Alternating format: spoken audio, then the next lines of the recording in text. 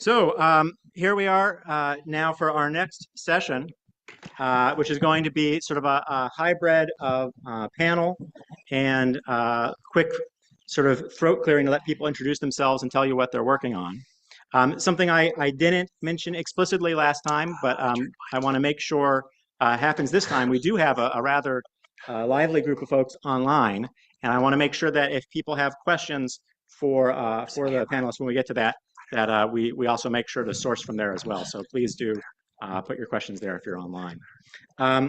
That being said, the way I'll go ahead and do this is I'll introduce Bob Ambrogi, who is one of the few people that I usually can say goes without introduction. I can go without introduction. But Bob has been, I don't know, I've known Bob for a while now. And he is, a lot of times when people ask, how do I know what's going on in legal tech? I'll point them to Bob's work. He writes podcasts, generally covers this stuff, I think is the go-to source where I say to go to his LawSites blog or the LawNext podcast, and you will get a pretty good idea of what's going on. So without further ado, Bob. Woo! Bob. Oh. That was quite applause. Is this even on? Is this on? Yeah. I can't hear myself. Well, good morning, everybody. I'm really happy to be here and to have this really great panel in which two of the people actually have innovation in their title. So that's a cool thing, I think. I changed my title. Huh? So I have to change my title. You're gonna have to change your title, man. And I personally, I'm not an innovator. I just write about people who are innovating, but I think I've written about all of the people on this panel at some point or another. But what we're going to do here, we're really going to kind of focus on applications of AI in legal services and access to justice to kind of build on what Kristen already talked about in her really fantastic presentation this morning. You know, we all hear a lot about the access to justice crisis in this country. You saw Kristen's slide in which the Legal Services Corporation said that the degree of unmet needs in this country is somewhere in the vicinity of 92% of legal needs. I thought Sam Glover was going to jump up and say, no, that's not true, because he debates that number. But we all know it's significant, whatever the actual number is.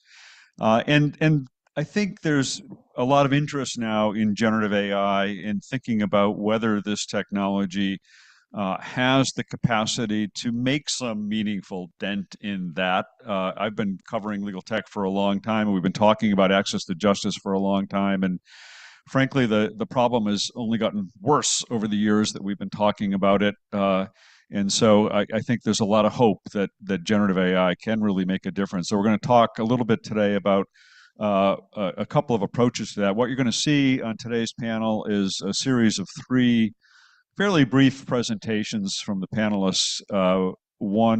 Two of them talking about specific examples of products developed using Gen AI, and then a third, or actually a first in terms of order, that's going to kind of give us a broader overview about of design and development of products using AI. And then we're going to kind of open it up to discussion. We're going to have some discussion here in the panel, and we want to open it up to the audience to participate too. So, but before we get to any of that, let's just kind of go down the line here and have each of the panelists introduce themselves, starting with Sateesh Nori. Hi, everyone. Can you hear me? Great. So I'm Sateesh Nori. I'm a longtime legal services lawyer, and as of recently, I became a senior legal innovation strategist at a company called Just Tech. That's a job title that ChatGPT helped me come up with. That's why it sounds kind of odd. But what brings me here is basically that for 20 plus years, I've struggled with turning people away when they seek legal help. And it's immoral. I think it's a crisis more than anything else that we aren't able to solve. And our model is to throw more lawyers at it. That's never going to work. And it's never been further from working than right now. And so I'm now in the tech space as of about a year or so ago, because I'm looking for solutions. And AI is the best solution that I've ever seen in my entire life. Thanks. And Good, yeah. I feel like we could end the discussion after that last point. So, hey, everybody, I'm Ben Jackson. I'm the Chief Product Officer at a little legal tech company called Upsolve. We are the nation's largest provider of free financial aid advice and bankruptcy services. Just found out like the other day that apparently we're now responsible for 14% of all consumer bankruptcies filed in the US. Nice job. So, who knew? And I do the work that I do because bankruptcy saved my life and put me on the path to being in the middle class and building the company that I have now. And also because I think if you look at what's going on in the US economy right now, the political scene, nobody wants to talk about it. I think that restoring the average person's faith in the US economy and the American dream is one of the most important things we can do now to save democracy. And I think that bankruptcy and other means of getting out of debt are a chief piece of that. And so I'm really invested in helping people realize their power, move out of poverty, and move into the middle class. And I do a lot of that now with AI. So it's great to be here. I'm Nicole Bradick. When you said I have innovation in my title, I was like, I do. I'm formerly the CEO of Theory and Principle. We're a design and development studio that builds software for the justice system, for the justice industry, the law firms, legal tech companies, you name it. We were just acquired last month or something like that by Factor. So now I'm the global head of innovation at Factor, but still basically doing the same thing that we've been doing, which is to really focus on better design technology solutions across the entire legal landscape. And I don't know if we're saving democracy, but I do believe that design can solve a lot of the most low-hanging fruit and the more difficult problems that exist in legal tech. All right. And Ben, you skipped right over the part where you just told me that you were an Uber driver listening to my podcast when you decided to be a lawyer, right? We can tell that story later. Yeah. Oh, that's so cool. So I entered the legal profession because of Bob, actually. I was probably the only Uber in Dallas, Texas that was playing lawyer to lawyer back in 2016. So I started my last company. I started the company I just sold because of Bob. Let's go. Well, all right. Bob's the man. Jeez. Bob's the man. That part. All right. Well, Nicole, you're going to kick us off, right? Yeah, and I'm going over there. You're going to go over there. Okay. All right. And this is going to be a bit of a random mishmash, kind of like an introduction to things. And because I can't help myself, I'm dipping my toes a little bit into the design considerations because that's what we love and we care about. So it might feel a little bit off topic, but bear with me. I think it's going to help set things up for the next two talks. I am going to assume sort of a general baseline understanding of generative AI and a little bit of like how it works. But if I'm saying something and you're like looking at me sideways, having no idea what I'm talking about, just like yell or something, and I can give like another like couple sentences to make sure everybody's sort of well rooted in what we're talking about. All right. So I also have new slides that are weird because I'm used to my designers designing my slides, so I have very little control over what's happening here. So just like a general like level setting, which I don't know, I came in a little bit late, so I don't know if we've talked about this yet, but I think it's important to think about the things that Gen AI is really good at, right? And the things that it's really good at are in legal, are drafting, summarizing, analyzing, and advising at different levels, at various strengths across these different activities. So when we're thinking about the things that it's good at, we like to think of it in terms of like there's the analyst, the editor, and the creator. And these three like roles that AI can play have different sort of activities that they can do. And I think it's helpful to look at this because when we think about leveraging generative AI, like the first question is always like, should we even? Does it even make sense? Like, should it even be part of this? Everybody kind of wants to grab onto the exciting new technology, but it's not always the right thing.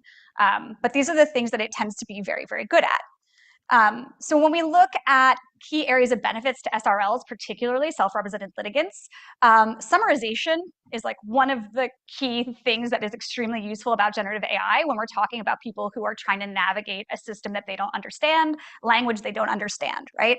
So it can explain legal content to you. It can help you with like know your rights content that are put out by legal aid organizations. It can help you with local court rules, understanding what to do, how I do it. So summarization is like, I think you'll see the theme of summarization across a lot of the justice tech A to J AI tools. Extraction you find less often, but finding key information in contracts like lease agreements or other documents, I think there's probably a lot of value there. Like, when is my lease up, or what do I do about heat? And it can sort of extract information out of the document that you provide it. Document generation, I've got a lot of thoughts on this one, but it is, generating something out of nothing, creating a new thing, creating a document, creating a letter to your landlord, creating a initial pleading, creating a response to an eviction complaint. These are things it can do. It's a question of whether or not it should, but we'll get into that. When we're talking about access to justice tech, I think it's also important to talk about the tech that superpowers legal aid and pro bono teams, because they're the ones out there who are doing what they can to help as many people as possible. So summarization, again, like when they have document-heavy cases, the ability to sort of quickly distill a lot of information across a large number of documents is extremely time helping. Simplification, so translating a content in a way that a range of self-represented litigants can understand. That you can find that on sort of both sides, right? For lawyers, it's helpful because we can sometimes get caught up in our own language, and so it can help to be a check, like, does this make actual sense? Like, take this thing I've written and make sure that somebody else can actually read it. And then drafting, again, like drafting, there's a lot of things that we can talk about there, but even like emails, demand letters, some of the stuff that like is just part of your day-to-day practice. So really like all of the efficiency gains that law firms are benefiting from generative AI, legal aid organizations should also be benefiting from. And it's even more important, right? Efficiency is way more important. I'm going to cover just like some big picture examples of products out there that are using generative AI and justice tech. These are all commercial products, the ones that I'm focusing on.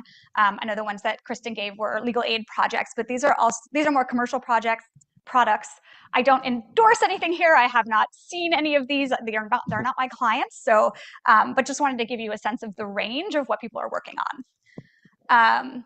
So Justice Text is, I think, one of the most interesting products out there when we're talking about supercharging lawyers that are helping the general population. So Justice Text is a really smart product that will transcribe body cam footage, jail calls, and interrogation videos, which is super, super helpful for public defenders, for criminal defense lawyers, and sort of makes that process, that used to take a gajillion hours, right? Watching the whole body cam footage, watching all the videos, and then distilling it.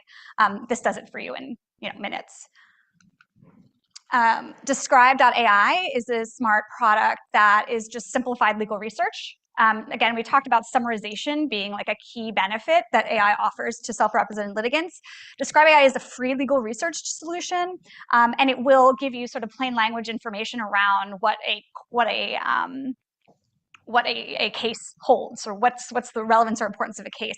And you can see here, which I really like, is I just want this in English, precise and clear, or I want it in simplified English, which is easy to understand. So it'll give you a summary at like a 12th grade reading level, or it'll give you a summary at much lower reading level, depending on your needs, and also for the Spanish language. Contend is a legal information bot, and it's sort of a way that a user can chat.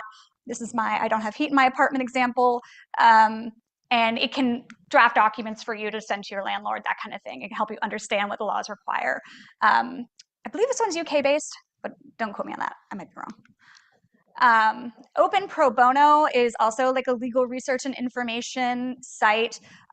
Their kind of take on it is that they're a little bit more agentic, and you can sort of affect what the system is doing in order to get the output that you want. But again, this was really about finding both case law and about finding like sort of general information that exists on the internet. Courtroom 5 is a product that supports self-represented litigants across the entire like litigation lifespan. They're leveraging generative AI to do like, give me a case summary, to do some of the things along the way that are helpful for litigants. So now is when I go on my tiny little rant around like UX, around unique considerations for generative AI and justice tech. This is something I'm always happy to talk about, so don't hesitate to like hit me up if you want to talk more about it. One of the biggest challenges generally in user experience design when it comes to AI is aligning the intent with the delivery, right? As a user, I want this, and I want what I'm getting back to sort of align with that. So the intent and delivery, a lot of our challenge in design is how do we close that gap, right? How do we make sure that the user is getting what they want in the way that they're asking for it? SRLs, I think, largely have a whole other gap that gets in the way of this. And that's the articulation gap, right? And the articulation gap sits even before like the intent and delivery gap, which is already quite difficult and quite a challenge. And it's the articulation gap, which, especially when we're talking about open chat interfaces, requires a user to come in and say what they want, right? I think that when there's this concept called like race or racer is the one that we use that is really like a framework for how you're supposed to like tell a generative AI system what you want, tell an LLM what you want to get from it. And you can see all the steps to like actually get what you want. Define who the AI is acting as. You're a law professor and you're telling me whatever. Specify the exact task. Provide background details. Context is really important. Expectation, you can tell it what a good response looks like. And restrictions, set boundaries. Don't look at cases outside of Michigan. Don't look at, whatever. Don't look at law review articles. Only look at, case law. And so if you're going to craft a really good prompt, like these are the elements of like a really good prompt to get what you want out of a system. And you can see that like somebody who has a language barrier, somebody who has a cognitive disability, somebody who has lack of education, like these are extremely challenging things. Like lawyers are uniquely well suited for prompting because they're really good at explaining all of these things. Most of the community are not. In the US, adult literacy, 21% of US adults are illiterate, 54% have a literacy level below 6th grade, and 20% are below 5th grade. So this is just the adult population across the United States. Output of all of the general LLMs are typically standardized at grade 12 and up. So there's a big gap. So if you go on GPT and you're trying to find some information, you're going to get just blanket information that's at a grade level of 12 plus. You can fix this. There's something called system prompts that you can add when you're building a system, a generative AI solution that says, hey, make this at the 6th grade reading level or below. So these can be addressed through design, what I would consider design. It can also be addressed, some of these things, through the model that you choose and the style that the model converses in. We were talking earlier about reintervention and how it's like a friendly, happy thing. And you can have it be that way somewhat through system prompts, but they're also, different LLMs just have different ways that they converse. And so those sort of considerations are an important part of building any solution. Okay, chatbots kind of suck is my general opinion. Text-based UIs will often not be the right solution for consumer-facing products because of those challenges that we mentioned. It doesn't mean they're never the solution, and it doesn't mean that you can't do a really well-done chatbot with some really important design considerations. But first, I just want to explain, like, you can leverage the benefit of LLMs and generative AI without using a chatbot, right? There's a whole range of user interfaces that you can leverage. And I think that chatbot's typically considered like the most easy to use, right? Here's a window, type it. But actually from a user experience perspective, it's the most cognitively challenging, right? There's a lot of things you have to think about. It's very, very difficult. The easiest thing is a point and click. Do you want this? Yes. Do you want that? No. That is the much simpler interface, but it's also the more constrained, right? So a lot of it depends on where along the spectrum you want your users to be able to operate. Do you want them to have something super flexible and be sort of a little bit more cognitively challenging, or be a little bit more constrained? And you can also combine these things. And this is where some of these building trust issues come into play, right? So system reliability is important. We all have heard about hallucinations, and I'm not going to get into that, but there are some things that you really need to be cognizant about, especially if you're building something for the general public. One is transparency around where the information is coming from, where the information is going that they upload into it, that sort of thing. Consider system constraints, like I just talked about. Don't look at this, look at that, respond in this way. You can set those up at like the programmatic level. And then model selection, consider that for style, system, prompts for simplification, etc. This is an example, Upsolve. If you look on their site, they actually will say here, like, our AI models get their knowledge from, and they tell you about where the information comes from. They also say, you deserve to know when you're dealing with AI. We'll always mark AI-generated content clearly. So these are the kind of design things that you can insert along the experience to mitigate some of the challenges that come with Gen AI in a chat interface. Oh, and that's it. That's what I got. Thank you.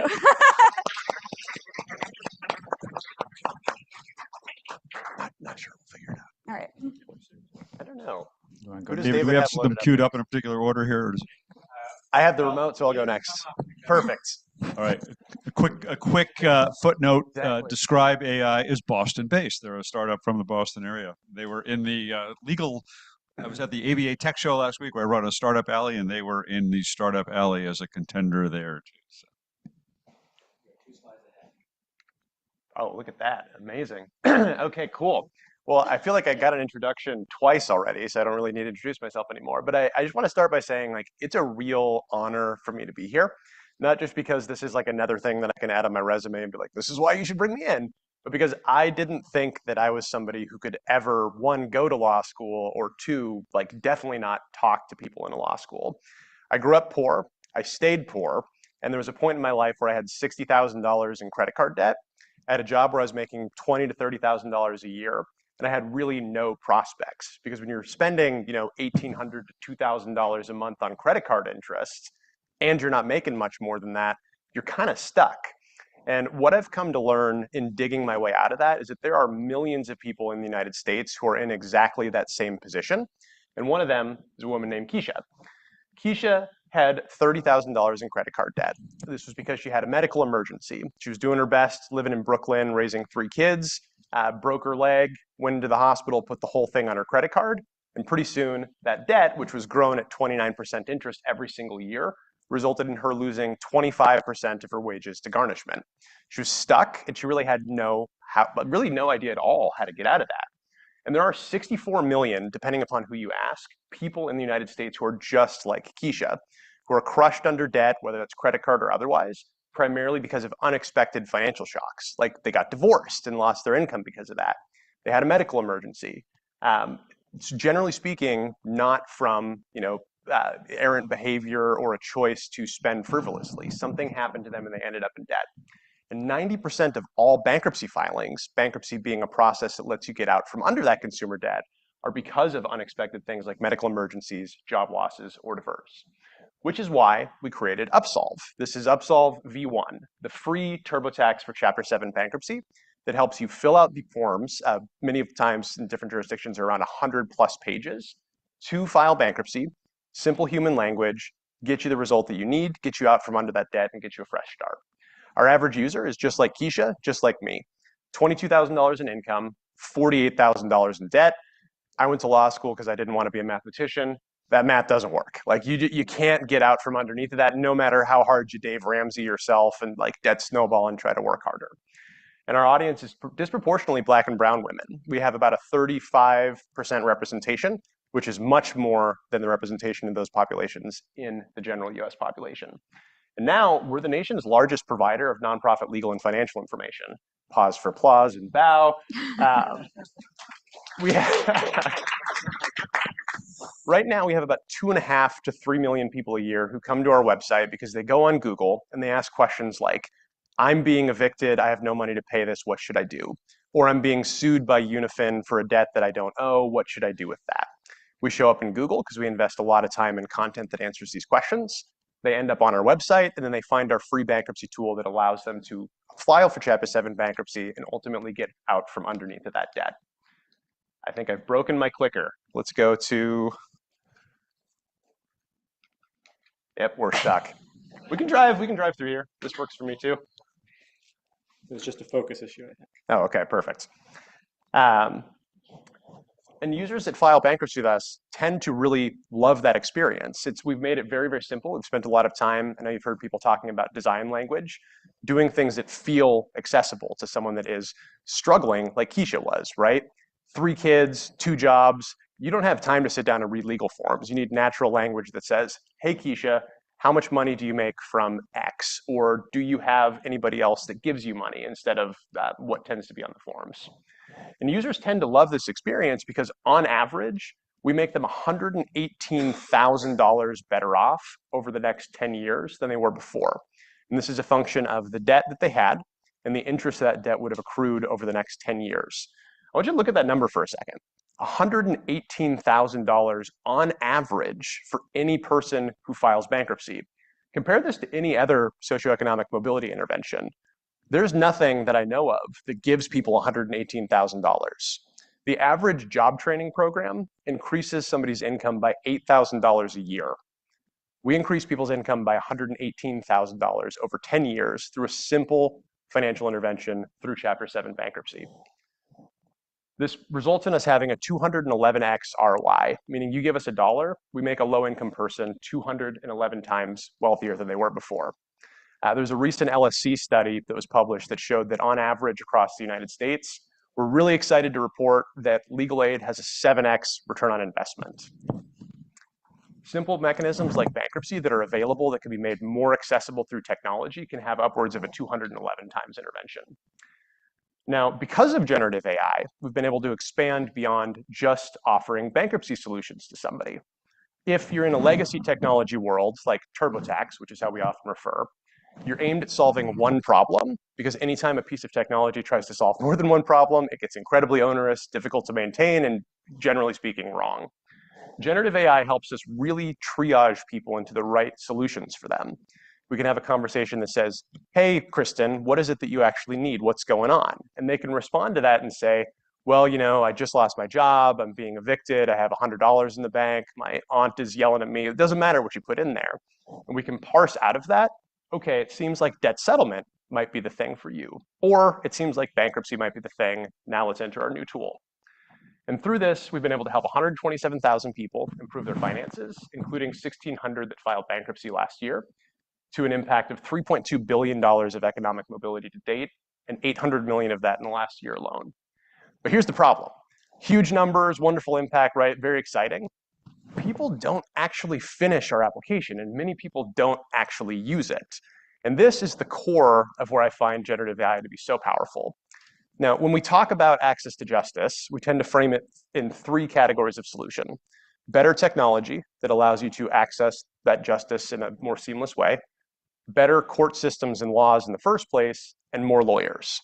We've built a system that has tremendous impact through good technology, making it delightful to go through the bankruptcy filing process, making it simple, making it accessible. We don't have control over the courts. Give me control over the courts, let's go. But we've been able to solve for the tech piece in a way that really shows up in the data. If you use our tool, you're 97 to 98% likely to get a discharge. If you work with a lawyer, it's 96.7%. So the tech, we've solved for the tech of making this simple, but we still have tremendous drop-off. 3 million people on our site every year. Only 1% of them end up being, well, let's say it's like 1.5% start the app, and then roughly 1% end up being eligible for bankruptcy. On the backside, though, only 2,700 people file. So tell me what's going on here. We have a great tool. We have a ton of people that it could help get much better off financially, really better than any other economic intervention, but no one uses it. This is where I think AI has the most powerful application. And I want to demonstrate this by telling you a story. So when I filed bankruptcy, I knew that I needed to do it for about 2 years. Okay, I had talked to somebody that said, you're never going to be able to dig yourself out of debt. And I said, no, this is my responsibility as a man, as an American, as a Christian, whatever you want to say. Bankruptcy is the cheating, easy way out. I have to dig myself out. Huge fan of Dave Ramsey. Those that know him, like, hey, bankruptcy last resort, save, save, save, work harder, grind, grind, grind. That wasn't working for me. And it took me 2 years to build the conviction through conversations with friends, to build a conviction by staying up at 3 a.m. looking at my budget and realizing this is not going to work for me, to ultimately decide to file bankruptcy.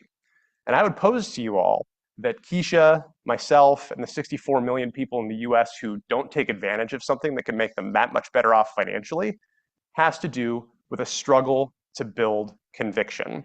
A struggle to build conviction that, hey, these legal services that are available to me are the right thing, and the conviction that they're also for me. Like, these are not just for people who are wealthy. They're not just for my landlord who's suing me, trying to evict. Like, these are for me. And generative AI is very, very good at helping people develop conviction, because you can talk to it at 3 a.m. about what your fears and concerns are. You can ask it, what does it mean when I only have $200 in my bank account and my credit card bill's $2,000? What's this going to look like in 6 months? And if we are now able to implement those tools into the tech solutions, into the places where these people are, just like a lawyer or a financial coach that you could go to and say, what is my savings going to look like in 4 years, right? Who can then say, based on your goals, this is what it's going to look like. You can tell them what they needed, what I needed to hear back in 2016, which is, hey, Ben, your goals are not achievable unless you do this. And you can do that in an empathetic way. And so that is how we're trying to solve for this problem at Upsolve, by using AI to unlock the power of bankruptcy to help Americans get a fresh start. So this is how it works. We covered this already. You find our content on Google. You're up at 3 a.m., you're Googling things that are concerning you about your finances, and you end up on an article like this. What is Chapter 7 bankruptcy, and when should I file? You can ask your questions right there in the chat and get a response that tells you, is this or is this not right for me? And I'm stuck again. Sometimes you have to wait for the AI to load that response. So let's say, and this is a future version of the tool that we're about to roll out. I ask a question like, I have this debt. Oh, this is going really fast. We're going to pause that. But it will give you links. It'll take you directly to the tools that make sense as an outcome for you, including our free bankruptcy tool. Or let's say you're talking about something where you want to go through a more question-by-question flow. This tool will actually walk you through the entire bankruptcy application in that process and return the forms at the end. So it meets people where they're at, not where a funnel-based product would take them. Now, let's say I have other questions. I'm working on my debt. The debt's gone. Now I'm trying to boost my credit. We've built a system that'll facilitate taking them through the most effective credit building options, so that they can not just think about debt and debt reduction, but they can start moving themselves up the economic ladder through interventions post-bankruptcy. Just to give you a second to watch this flow here. We do these things at a 6th grade reading level, built with really empathetic language that's trained on common counseling techniques. And I'm going to skip this because the rest of it's relatively not relevant. Now, let's say you don't want to have a conversation, because not everybody wants to sit and talk to a chatbot. Let's say you want to go through a flow that shows you things visually. So if you were to tell that chatbot that, hey, let's see what my options are in a little bit more detail, or hey, stop talking to me, just take me to a tool, or click on like get started on our website, you're going to end up in a tool like this for debt relief if that's the path that you went down. We take the data points that we collect from credit report or from what you tell us. We take the data points of what you tell us about your finances. We present to you exactly what you tend to care about as a consumer when you're thinking about debt relief. How much is this going to cost? How long is it going to take? And what's it going to do for my goals? You can take action on any one of those things right there. Or if you have specific questions about that intervention, you can ask your questions right there and get an answer that will say, hey, Bob, you told me that you want to buy a house in 2 years. This intervention is going to cause a big hit to your credit, and so you might want to consider that. However, if it's the case, I still think this might be the thing that will be the best fit for you. You get personalized answers in real time in the tool, and then at the end of the funnel, the AI will actually check your forms for errors just like a paralegal would. And this is really important. Right now, users wait about 2 weeks for the paralegals on our team to review the forms that our system produces and to release them. If you're me or my friends or Keisha who have developed the conviction to file bankruptcy, you get to the end of the thing, you're excited, and then you wait 2 weeks, odds are that conviction's not going to carry through and you're not going to file because you're starting to think about, oh God, I got to go to court. What's that going to be like? Maybe this is a bad decision, whatever, you drop off.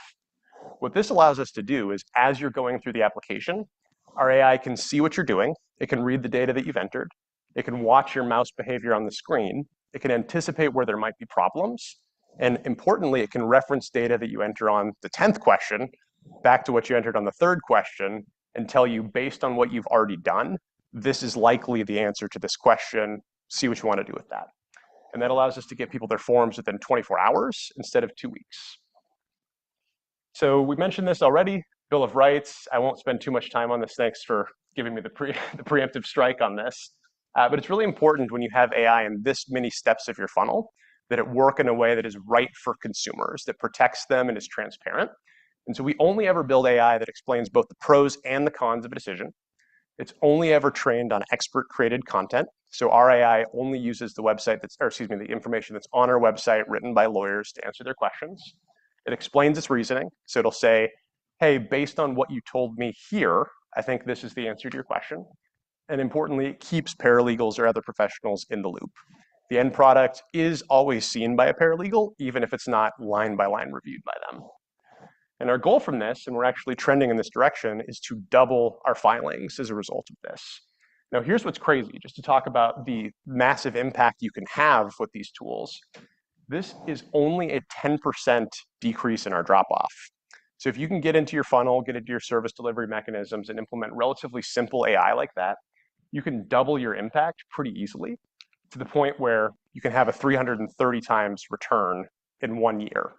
Now, I don't know if anybody in here has tried to fundraise for legal services. It's tremendously difficult. But if you can take AI and put it in a funnel in a way that's helpful for users, helps them get $118,000 better off than they were before, and you can do it with that level of budget, it becomes much, much easier to fundraise. Beyond that tool, we're going to be adding some additional income and credit building things to our flow. Again, these are also facilitated by AI. And we're doing this by creating essentially an AI financial advisor. Someone that says, what are your goals? Okay, great. Now what's in the way? Is it debt? Is it credit? Is it your income? Let's connect you to those resources. And I believe that having that sort of trusted expert, trusted friend that you can go to and focus on goals instead of crisis points, right? Because people think of bankruptcy as like, I'm in crisis. I have to do something to get out of that crisis. When you can start to reframe it around financial goals, but you can start to reframe it on how do I help you move forward apart from just solving this emergency, that's where you can get to what I was talking about earlier, helping people who struggle feel like they can participate in the US economy. Now, quiz me on this data later, but the average person below 200% federal poverty level in the US has about $197 a month of discretionary income. Most people believe that's not enough to ever really move myself upward. Simple math, if you can put $50 of that back in somebody's hands by helping them get out of debt, that person within a generation can become a multimillionaire. That is what the US economy can do. And the more people that I can help get out of debt, that I can give empathetic advice, whether it's through professionals or through AI, that can realize that, the much better off we're going to be as a country, and the more faith people are going to have in our democracy. So that's my meta plan there. We're building a pathway to the middle class for millions of Americans, largely powered by AI through these two interventions. That's all I got.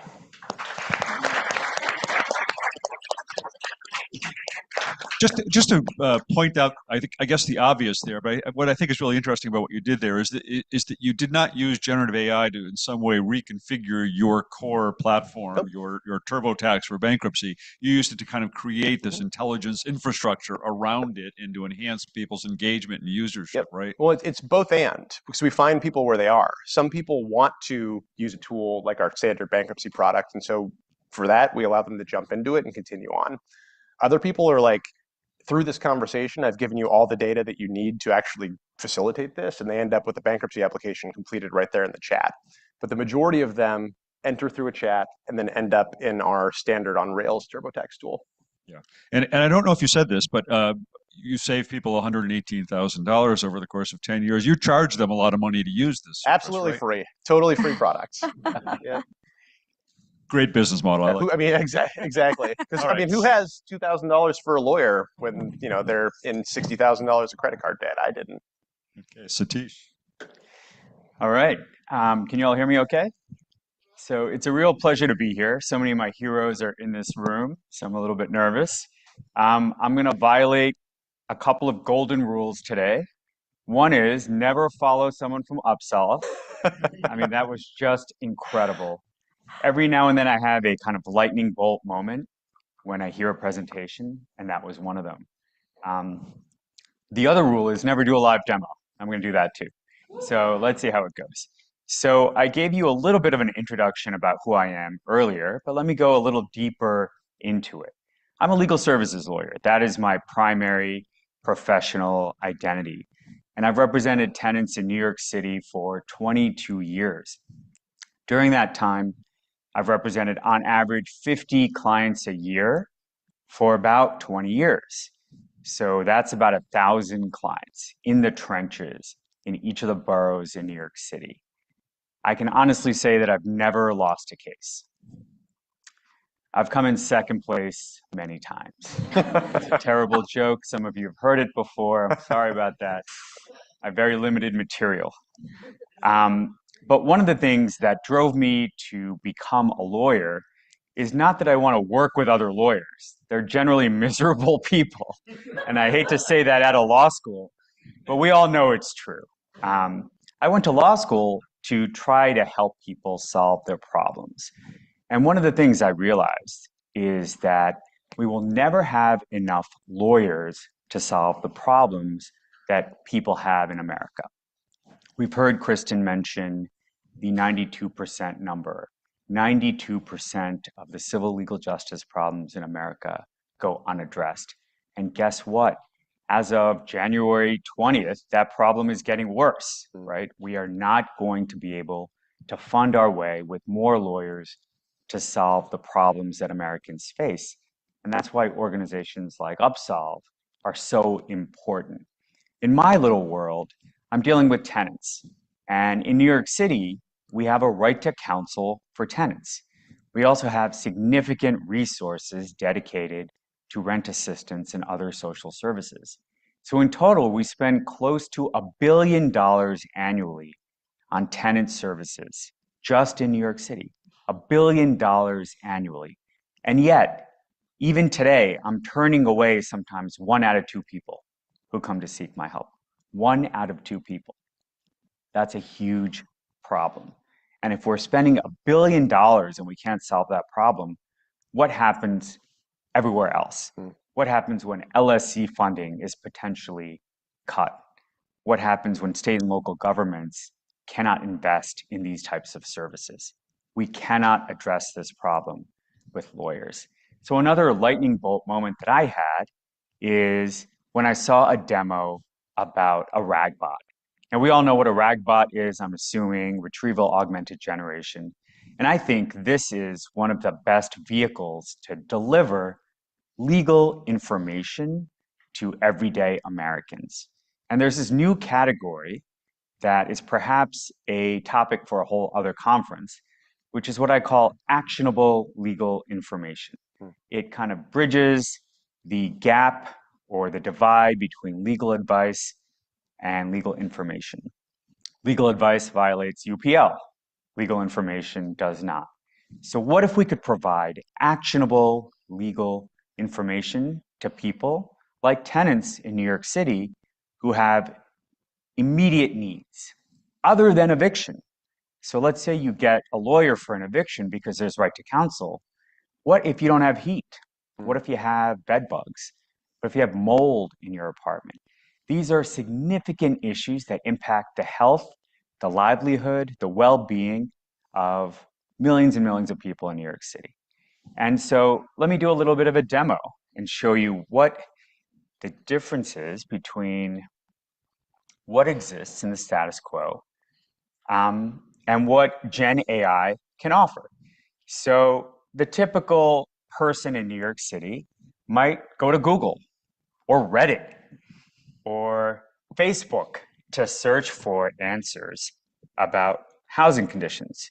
So let me type in, I have no heat. What do I do? So thanks to Google and Gemini, now we get an AI overview, right? They're kind of getting ahead of us a little bit and killing their own ad model, but that's fine. But what else do you get? Well, you get a sponsored ad, free heating repair diagnostic. That's not very helpful. Another ad. Then you get Reddit, right?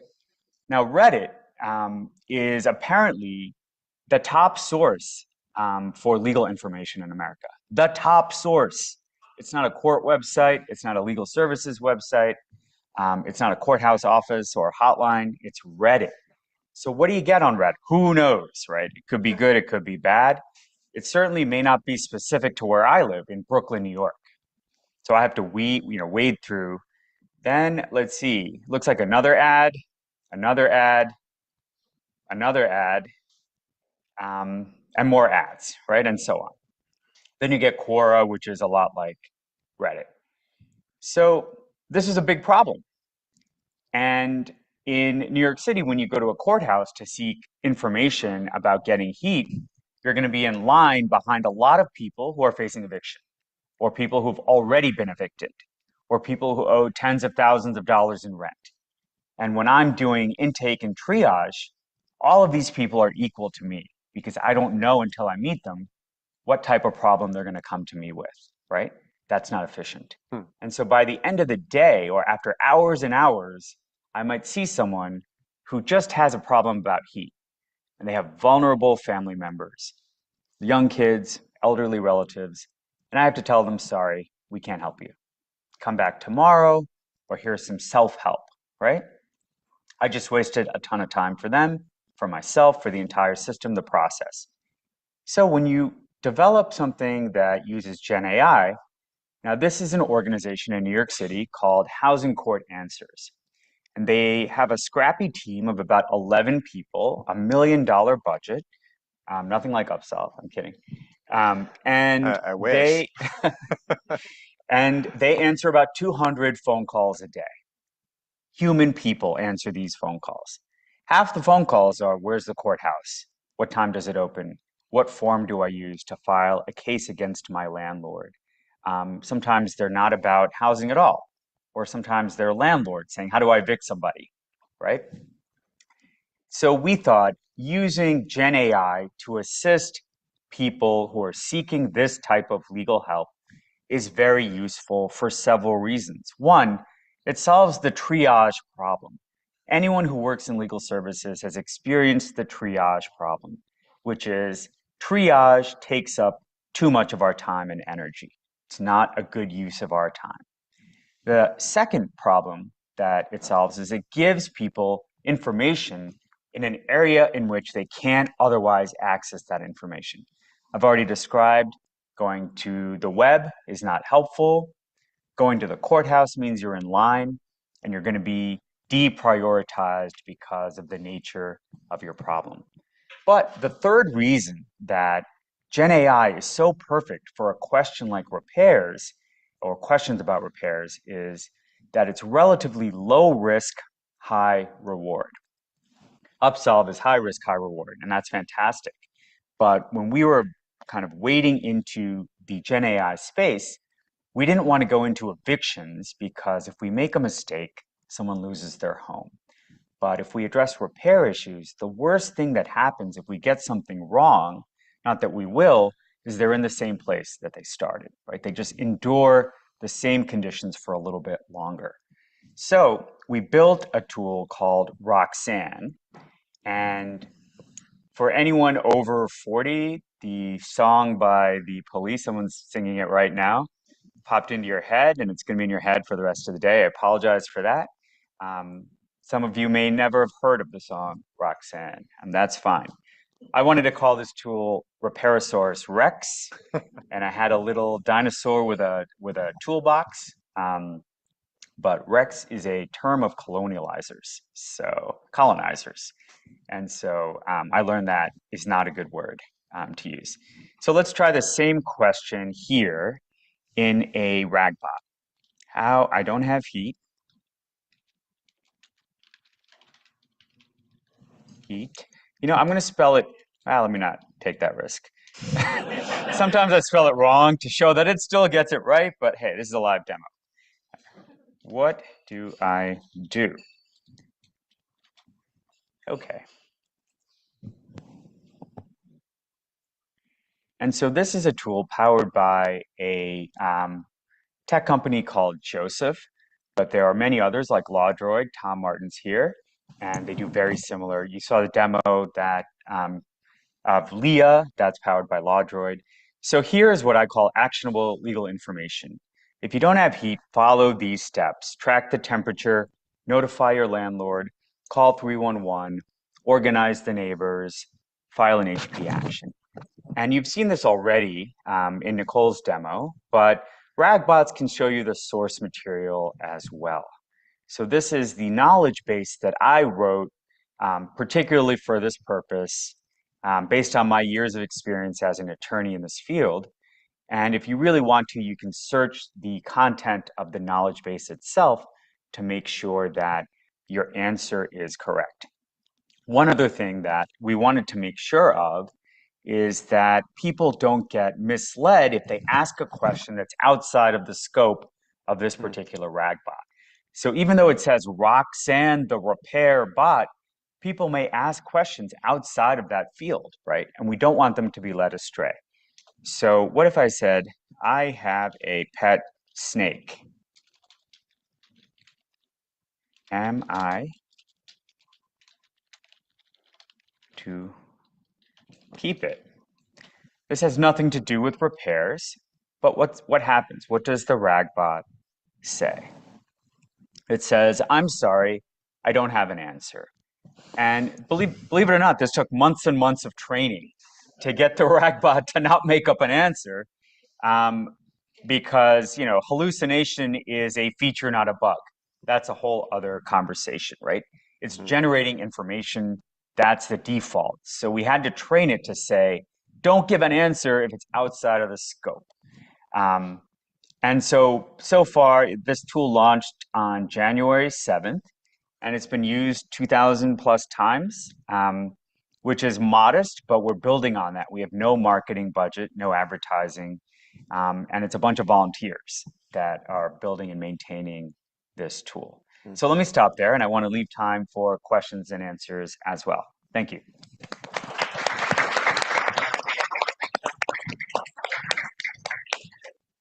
Thanks so much. I want to actually just stop right now and see if there's anybody in the audience sort of chomping at the bit to ask a question from any of these presentations. We have some discussion points we're going to go through, but we've got a little long, so I want to see. Two from Zoom. We have I have some online questions here. So firstly, this is Upsolve related. Caroline asks, do the 90% who drop out of the Upsolve interview drop out at a similar point in the interview? And with AI, did Upsolve figure out why these people are dropping out? Great question. So it's kind of all over the place. There's really three choke points. There's, do I start this in the first place, which is like convincing somebody that, yes, in fact, this is a thing that can help solve your problem. There's middle choke points around income very frequently. So is this the right type of income? Am I reporting this correctly? Do I add my spouse's income in? Those sorts of things. And what I see in that is a general fear where you start thinking about like, okay, how is this going to affect my future? What is this going to do to the assets that I have? And that is something that we're working on addressing with generative AI that explains the outcomes and explains the type of income to include. And then the third and final point is at the end. I have forms in my hands. Oh shit, I have to go to court. What do I do about that? And creating a solution where you can have a conversation about what that's going to look like, maybe see surfaced video content that says this is what it looks like to walk into a court, ends up being really helpful at maintaining that conviction to go from prepared to actually filing. The last question in there, did we do analysis with AI to figure this out? Yes and no. There's a lot of, for those that might not know the tool, there's a tool called Hotjar that allows you to track what is somebody doing on their phone with their fingers, with their mouse on the screen of their computer as they go through this tool. We've been taking data from that analysis and feeding it into generative models to surface ideas about where drop-off could potentially be. We have a second question for Upsolve as Sorry, well. guys. This one is from Paul, and Paul asks, do you have any signal on the reasons why people don't complete the application? So a little bit duplicative there. Is the goal for AI to better understand users' needs and goals? I'm going to say something salty that'll hopefully get even more discussion going. I previewed that idea that there are three ways to solve access to justice, right? Make the law simpler, build better tech, and increase the number of lawyers. I believe firmly that we're now, for the very first time, in a position where we can scale lawyers almost infinitely by scaling the sort of conversations that they have with people to figure out their needs and convince them to take action. And so we're building tools to do that scaling. Yes, we definitely need people, right? Because if you haven't heard this parable before, there's this great story of this guy that took a computer to an Indian village and said, hey, this is going to be great. We're going to teach people how to use the computer. They're going to pull themselves out of poverty. But no one would use it. They were scared of this computer sitting there in a box. They're like, I don't know what this thing is. This is witchcraft. And so what they did was they got grandmothers in the village to sit next to the computer. And the people were like, well, if the grandma is sitting there, it must be safe. Now I'll come in and I'll use this thing. In my future world, where AIs are performing a lot of the functions of lawyers, lawyers get to be the grandmother. They're the people that sit there that help you understand this is a safe thing to use. And that is, in my vision, that is how we scale the impact of lawyers in the face of the fact that there are only 1.3 million of us in the United States, and there's 100+ million people every year that need advice and service. Correct me if I'm wrong. Even though you've simplified the process, it is still a complicated process. Absolutely. Yeah, absolutely. Bankruptcy is difficult. Did I say another? Go ahead, right here. Yielding the floor. Whose hand was up over here? The senator from Missouri. You're over there. I'll go over here first. Yeah, thank you so much. I'll try and make it brief. So I've actually played a little bit with Upsolve. I'm a bankruptcy practitioner as well. I've got lots of hats. One of the things I found, and it kind of goes to the core of my question, is that I got to a point where it's saying, oh, you need a referral, here's a referral. So it kind of brings me to two questions that are really together. One is that, is this legal advice, number one? And is it kind of bankruptcy? My experience is that it's actually not simple.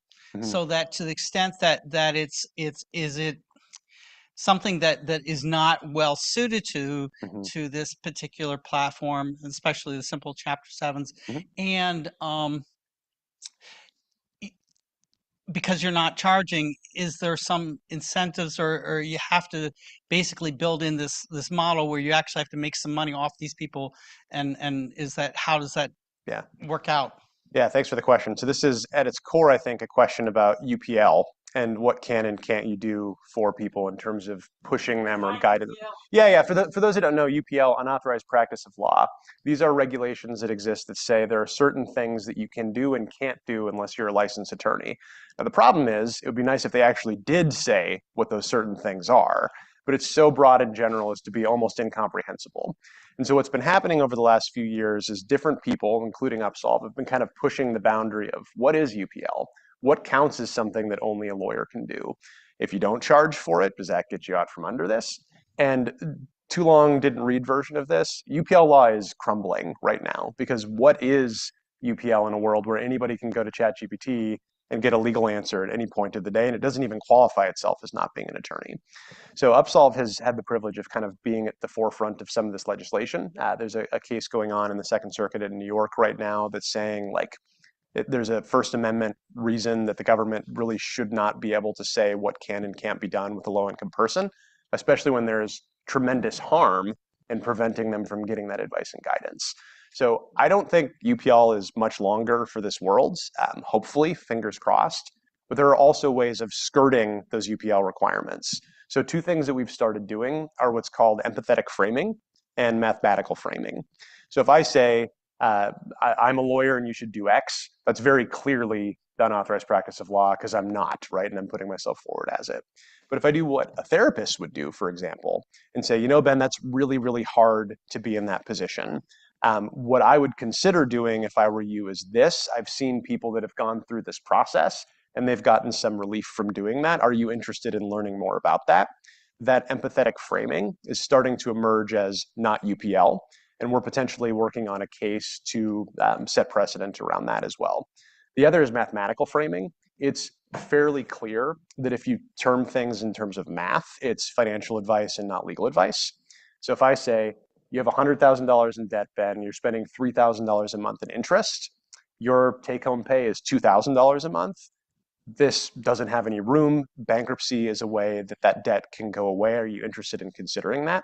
That's no longer legal advice, it's financial advice, and it's also framed empathetically in the similar way that a therapist would convince you to take action in your personal life. So I don't even remember what the original question was, but there are a lot of ways around UPL concerns, and I'm also kind of moving into a world where I'm less concerned about even caring about that. Yeah, I agree with that. I want to just pause on that issue for a moment, just because, Nicole, I know you talked about building system reliability, and I know that you've worked with a lot of legal aid agencies in developing applications over the years. How have you kind of balanced that whole UPL issue, the hallucination and reliability issue?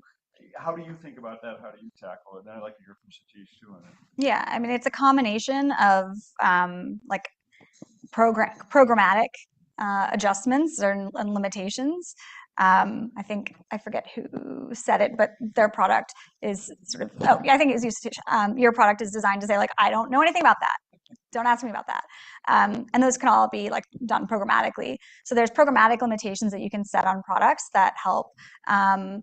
You know, historically, even when we were doing like expert systems that didn't involve AI, so things that were actually like created by the knowledge of a lawyer, expert system is just a if this then that tree.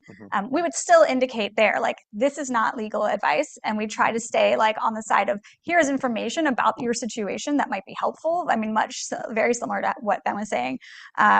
And so this has been an issue like since the beginning of time, even when it was lawyers directly putting their knowledge, which is, you know, I would say 80% of the products in the legal aid world are that, like an actual lawyer, legal aid lawyer, putting their knowledge into an expert system. And so even then we were having these concerns. So I'm really happy and excited that Ben is fighting the fight. I forget what the other part of your question was though. I think that was it. That was it. I just Sateesh, did you have any thoughts on that issue as well? Yeah, I mean, to bring it to the modern day, UPL is like tariffs, right? It is like lawyer protectionism, and it originated in a time when white Anglo-Saxon Protestant men were lawyers, and they didn't want anyone else to enter that field, right? And there was no concept that technology could develop to the point where it could give context-specific legal advice / information to people. You know, Damian Reel's in the back there, and he's got some great kind of analysis on how these huge tech companies are giving away legal advice every single day. Reddit, Google, Facebook, right? Are the regulators going to go after like mom and pop legal services? Yeah. It just doesn't make any sense, right? And so it's not long for this world, but we've got to push it. It's not going to go away on its own. This is a time, though, when we're protecting the rights of white Anglo-Saxon Protestant men, right? Yes. Got political. We can go there. I might get a little political too. We're in Boston. Let's go. Yeah. I'd like to preface this question by saying I'm really appreciating the approach and how AI is bringing us closer to a community lawyering model. I think that's really cool work. I say that because I'm going to sound like a bit of a downer and ask if you have engaged in any practices in building your generative AI to mitigate environmental impact. Wow, that's a great question. I'm sorry. No, it's a. I'll leave now. Yeah, I mean, for sure. This is a question that, as a consultant who talks about AI in very progressive legal services organizations and audiences, this comes up all the time. And one answer to it is that we need to make sure we're using AI for the right purposes, right? You don't need to use AI for everything. And AI has a huge environmental cost, an energy consumption issue, water consumption issue. So we shouldn't be advocating for AI for everything. The second thing I say is there are smarter people than me working on that problem, and the models are getting better. And the third thing is, you know, we have to pick our mission. And, you know, that's certainly an issue for me. I'm a vegetarian. I try to be as conscious as I can, but that's not the mission that I dedicate my professional life to. It is access to justice, and hopefully other people are working on environmental issues as well. That's my like three-part answer that I practiced many times. Nicole, you have anything? I guess I would just say, like, I think one of the problems that's happened is, and I kind of alluded to it, is that everyone saw this tool as a solution. So we're just putting it in everything, even when it really doesn't belong there. And so like and we all did that like year one. People are just playing, right? And prototyping and testing, and it's really understandable. Like people are just trying to get their arms around like what even is this and what can it do? So we were just kind of leveraging it for everything.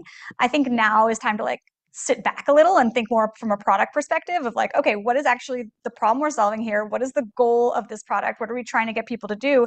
And are there parts in which AI can sort of superpower this or speed up dev time or, you know, make it easier for the user or improve the user experience? And it's only then like when you think about bringing it in. And sometimes it's just extremely poorly suited for the situation. Like if it's something where the user actually needs like certainty, like something needs to be absolutely definite, you should not be using AI. You should not be using generative AI. And so it's more like applying a critical lens to when we use it from the user perspective. And I'll just one practical thing and then one spicy political thing. So one thing that we do is we don't use, to Nicole's point, AI for everything. We use it for parts of a function. So instead of saying like, hey, AI, go analyze this 400,000 page long document, which results in a token use of, let's say, 10,000. We'll say, okay, use a standard OCR technology to read and categorize this document, and then send a prompt to GPT, which is a token use of 200 or something, which means 1, less expensive, 2, lower energy utilization. But my more spicy political point is, I care way more about the environmental impact of there being 100 million people in the US that have less than $200 in their bank account than I do of the differential cost of helping them with AI. I think we had another question here. So UPL may be on its way out. You just have to ride the New York City subway to see all the AI applications and non-AI applications that are profit driven, that are probably not working in our clients' interests. So I guess maybe it's a construct that needs to go, but what are we going to replace it with? And I feel like we've got an opportunity here to really think about kind of like we do around privacy as well. Like what's the construct that we want to use to ensure that that we don't have the charlatans and the profiteers who are going to make our clients' lives worse. I'm glad you asked this question. I'm going to answer it in brief and then stop talking because I could go on about this for an hour. The answer is that we have to build this, and it has to be built for profit, and it has to be good enough to get people's attention before somebody else does. Like this is urgent, or it's going to take over the whole economy. Yeah, I feel pretty strongly about this one because my company has always been for profit, and as a result, we've gotten shit on for years. But the reason we're for profit is because I also serve law firms who help subsidize the work that we do for legal aid, and allows me to hire the best talent. I have like 20, 25 year plus designers and developers. And so we build the best products that there are, like no question. And so I feel like it's kind of like the same concept. Like just because a AI product that is solving a legal problem is for profit doesn't mean it's necessarily nefarious. I think there should be ethical standards. Like I've always argued that this concept of minimum viable product is like over here for legal when it's over here for like other consumer issues, right? I think we have to have something that is like ethically sound in addition. And then the last point is, if you look at legal aid technology that is primarily created and sponsored by grants and nonprofits, it's very difficult for those to grow and improve and over time. They're very difficult to sustain. For-profit organizations have the ability to create a commercial model around it that allow them to keep growing and getting better and better and better. And that's what we want, especially with AI, and especially how AI needs that improvement. Like you need to stay on top of it, and it's going to keep changing, and you need to have money and sort of a sustainable model to stay on top of it. It's going to be really, really hard for nonprofits to do that. I mean, it's not it's the for-profit, it's the ethical framework around it, right? Because we have a lot of examples over the past 20, 30 years. But I agree, there needs to be a market. It needs to be sustainable, but I think we've got to do it because there are all these other entrants going into it that clearly are not, that are actually sort of trying to duplicate like legal aid websites that are not being very transparent. So we need the ethical framework. We need something to help ensure that like the Better Business Bureau of AI for consumers. For what it's worth, I know there was an organization announced a couple of weeks ago that is attempting to do something like that. It's a coalition of vendors in the legal space that are vendors and law firms and others in the legal space that are attempting to come together to develop some sort of a code of responsible development and ethical development around generative AI. What'll come of it, I don't know. It literally just got announced 2 weeks ago, but there is at least that effort going. I think that's necessary, but I also think there are some existing fail-safes in our system at large. Like if you look at Do Not Pay, they got slammed for doing some pretty sketchy stuff and had to pay a lot of money, right? So there are some fail-safes there that exist. We might have time for another question or two. You can have another 5 minutes. All right. Were there any other online questions? I think we're good. Okay. Finally. No, it's all right. I did want to make just one quick comment about the idea of AI being a tool. Like, I actually have friends who are small business owners, and I tell this all the time.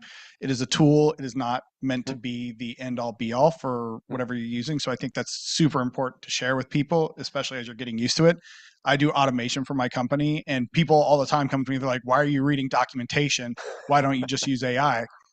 If I don't know what the code's doing, then how do I know I'm not putting something malicious? And then anybody who does any research in cybersecurity, Python, PyPy, which is a very popular platform where Python packages are, just had 5 libraries on there that had malicious software in them that they just had to remove. So I just wanted to make that point, but I did actually have a question, I promise. And this question is kind of for all 3 of you. I think one of the things that stood out to me that each of you hit on, if I summed it up in one word, was education. You had mentioned how to write a good prompt. You had mentioned conviction, and you had mentioned, you have no marketing budget. How do people know your tool exists? How do we address that, right? And again, trying to contextualize it a little bit is, how does somebody, if I lost power to my house and I go to Google and say, I lost power, what do I do? I'm not thinking about the housing court's going to help me. So how do we kind of address those gaps in education for the communities? Well, I mean, I think Becky Sandifer writes about this exact problem, which is, how do you upstream solutions to problems that people don't realize are legal problems, right? And that's the problem with a lot of the models that we work with. They're lawyer-based. Come to the courthouse, come to the legal services office. What if you don't even know that it's a legal problem? And so one way to do that is to deliver direct solutions to people, the way Upsolve does, to answer basic financial questions, perhaps, or just life questions. I don't have heat, my kids are cold. Is that a legal issue? Or is it just something practical that I have to deal with? My boss isn't paying me what I think I'm owed. Is that a legal question? Is that an employment law issue? Or is it just a practical issue of what you should be paid? Like, the way that we frame these things really matters. And I think the other part of that is, how do we kind of build SEO? How do we kind of get the courts to adopt these tools, right? The courts, the government has the power to kind of disseminate these tools and has an authority that a for-profit company or a legal services organization may not have. So we need to attack it in those ways, I think. We just go down the row. Yeah. So it's a very good question. There's this idea of law problem or life problem, right? And what tends to happen is lawyers exist and say, when you have a law problem, I'm over here and I'll solve it. And Upsolve to date has been the same way, right? You largely find us because you go online and you're like, what is bankruptcy or something like that. But people, to Satesh's point, they don't think of law problems. They think of life problems. And so one of the things that we're trying to answer right now is, where are people when they're aware of their life problems, when they're experiencing stress? And how do we get into that space and market law solutions as life solutions? So this looks like things like, a social media influencer that's like, are you struggling with debt? Are you dealing with this thing? Here's my 40-point course that I want to sell you. We're trying to get into that space and say, are you struggling with debt? Bankruptcy might be a thing. And that is now a law problem that's being a law solution, that's being brought to a life problem. And so the thing that we need to think about, and actually I have Dan Yee, who's sitting back here to credit for this. He was a co-host of a conference at Harvard this last week where we were talking a lot about this. The thing we need to think about as lawyers is, how do we stop marketing legal services and start marketing life solutions or solutions to stress and anxiety and shame that people feel? And where does that, like, where would we go if we wanted to do that? And so I would encourage you all to start thinking of yourself not as a lawyer, but sort of as a life coach or a life problem solver. I think that will answer where you need to be marketing these services to find people that are not aware of legal problems. My solution to these issues, like everything, is just better design products. Yep. I don't think any product that is intended to be used widely by consumers, including people with low literacy levels or lower education, should require them to know how to prompt. Like, if you're building a product that requires them to know how to write a good prompt, then you've built a poor solution. So I think that solves that issue. I think you can more experienced, better educated users, power users, those you can all expect to learn how to like write a good prompt and take advantage of that.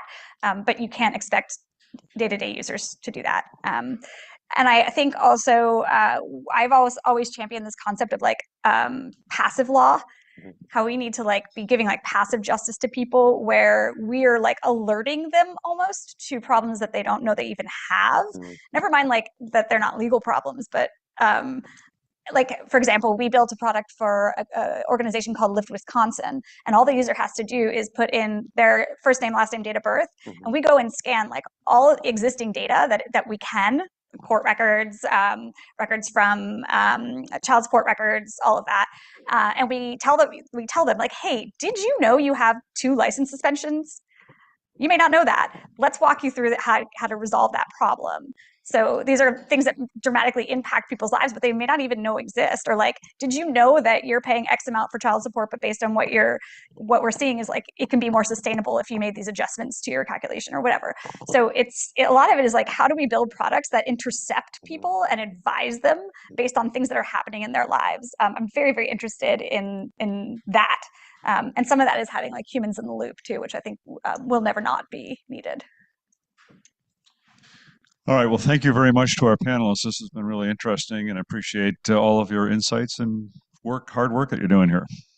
Thanks for having us.